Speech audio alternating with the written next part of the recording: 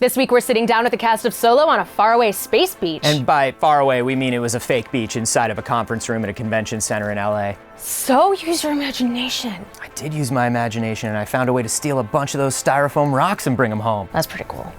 Imagination, kids.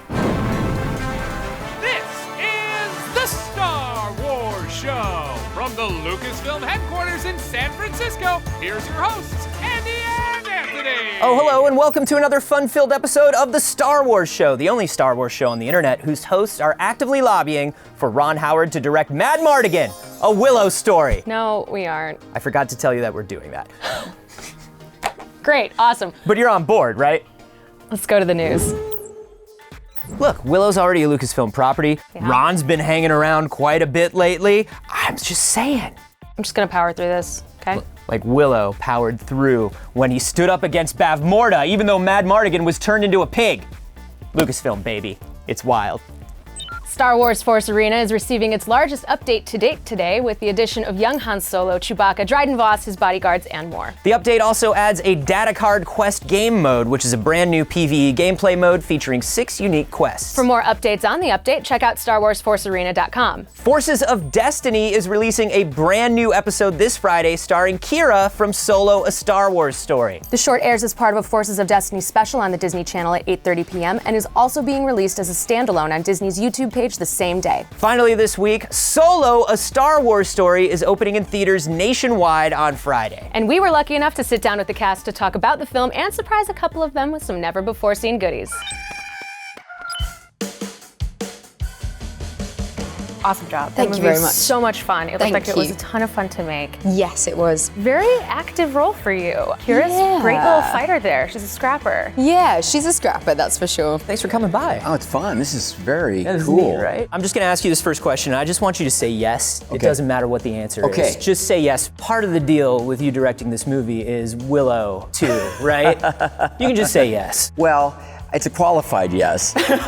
We get to see so much more of Chewie's physicality. Can you tell me a little bit about how the preparation for this was different? 2 months before filming, we started doing stunt training, and it was very interesting because I knew how much I had to improve before I could do these highly physical stunts. Especially the Kessel mines were so challenging. Phoebe Waller-Bridge, I love L3.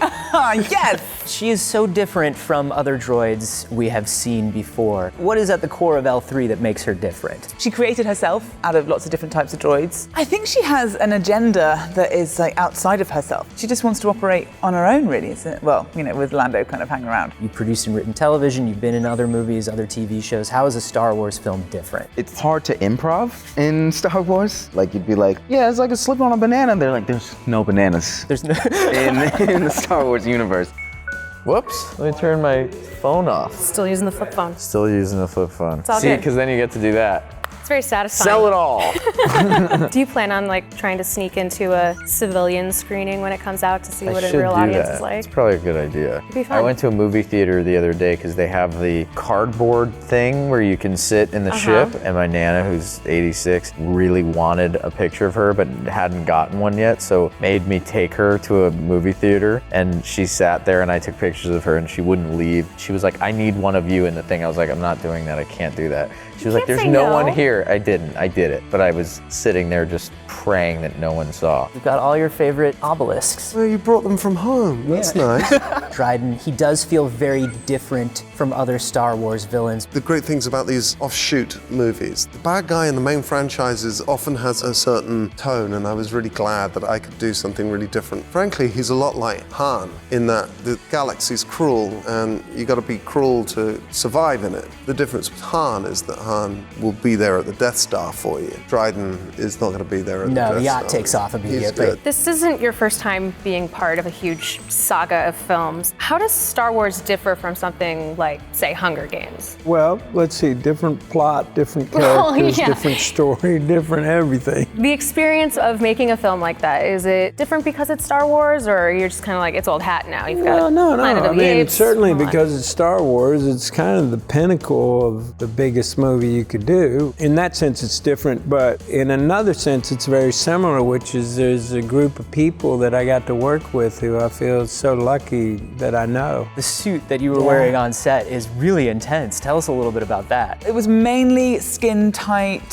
full-body green suit, which I begged to keep. And then on top of that, I would have the legs drilled on and my arms drilled on and my head. I was so overexcited that I'd get in it and then I'd be on set and I'd be like, rah, and like running around. And then everyone would be like, calm down, you're gonna hurt yourself. And I was like, I'm not gonna hurt myself. And they'd be like, I can't feel my legs or my arms. They're like, take it off. And I'm like, I don't want to. Something that was like my favorite thing about this film was watching the dynamic of Han and Chewie. Did you have him teach you a little bit about like being a Wookiee? He taught me some of the Shriwook. He told me that you do like a break in your voice at the beginning, then it turns into like, that's the full Shriwook kind of experience. Kind of like a dying Wookiee. It does sound like a dying Wookiee. It's better than mine though, so I shouldn't give it, no. Well, you just threw some shade on mine. I can't do it. Come on. I can't do Yeah, come on. No, Come on. I'm no, gonna make you. I really can't. I'm gonna make you. I hate all of you. Yeah, I know. This is. Yay! Alden made me do Wookiee sound. Let's hear it. It would be offensive to your culture. Not doing it would be offensive.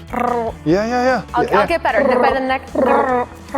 When you were thinking about these classic characters and you were seeing this cast, how did you feel they sort of embodied these characters? Well, the key with Alden is the charisma and sort of the good looks blended with just a tremendous talent. He benefited from a conversation with Harrison Ford, who gave him time, talked through it. He gave Alden some ideas to work with. I called Harrison as well, and he gave me some real fantastic insights that I was able to use in terms of the way I staged and shot scenes, but also conversations I'd have with Alden. So most of your career has been spent acting in projects that are kind of shrouded in secrecy. Yeah. What is that journey like for you? Do you find yourself kind of steering away from fan speculation, or do you pay attention to and follow it? Not at all. No fan speculation. The only thing I do ever care about is if they actually like it when they see it. Star Wars, Game of Thrones, it's for the fans. I have something that I wanted to show you. I don't know if you have seen this yet.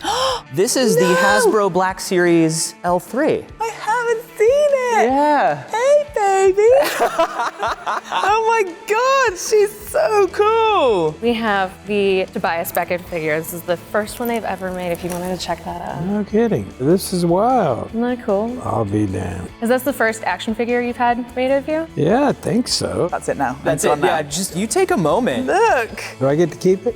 Fortunately, we Thank have you. to give that one back because it's a So prototype. nice of you. I'll let you hang on to it for now. It's a Thank pleasure you. having you. Appreciate it. And I'll be taking that back now. Thank you very much. Thank you, yeah. I'll see you later. Watching the Star Wars show. My name is Pippa Anderson, and I'm the Vice President of Post-Production for Lucasfilm.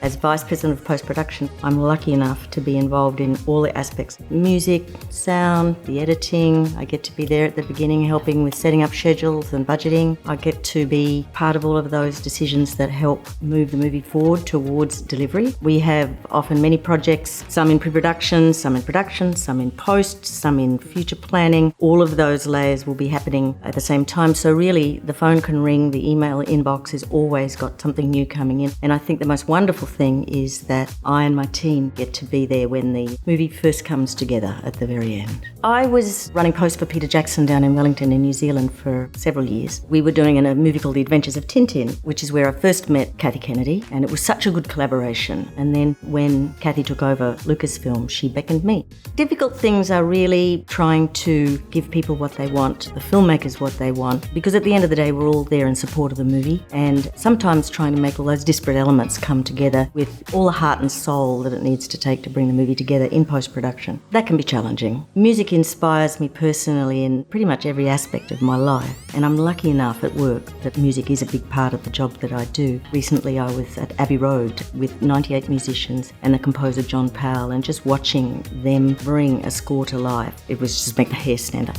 and it's really fantastic. And then of course recently on Solo, working with Ron Howard, he knows what he wants, but he's always so generous with listening to other people's thoughts, with being keen for them to be part of the creative process. Just brings so much to the movie. I'd say you absolutely need to have passion and drive, good instincts, enjoy working in a team, and most of all, you need a sense of humour. Last week we asked you to share your favorite memories of our show for our 2nd anniversary. Yeah, turns out you guys really like a lot of different things that we've done over the years. Yeah, Carlitos liked the segment I did in Japan, which is actually from the 2nd episode ever, while Monica Thrashed liked the knee-touching game that John DiMaggio and Danny Jacobs played with me. Good call, Monica. My wife was not into that game. Dead-Eyed Clown showed love for the Love Boat homage, the holiday special, and the Goot Scoops. Goot Scoops! And Claire Henry chimed in with my surprise interview with Carrie Fisher at Celebration London. But the clear winner were all of the people chiming in with our Battlefront 2 in real life segment, and you all have good taste because that was indeed an awesome day. Yeah, and like Andy Lee said on Twitter, like the video, subscribe to the channel, follow us on Twitter, Facebook, and Instagram, download the Star Wars app, talk to us in the community tab on YouTube, and happy birthday, Star Wars show. Yay! Oh, also slight programming note, Solo is coming out on Friday. We may have mentioned it. It's a 3-day weekend here in the States. We've been running around quite a lot, so we are going to take a week off next week. But don't worry, we'll see you back in June for some more Star Wars fun. Thanks for watching, and may the Force be with you. So how many tickets have you bought for Solo?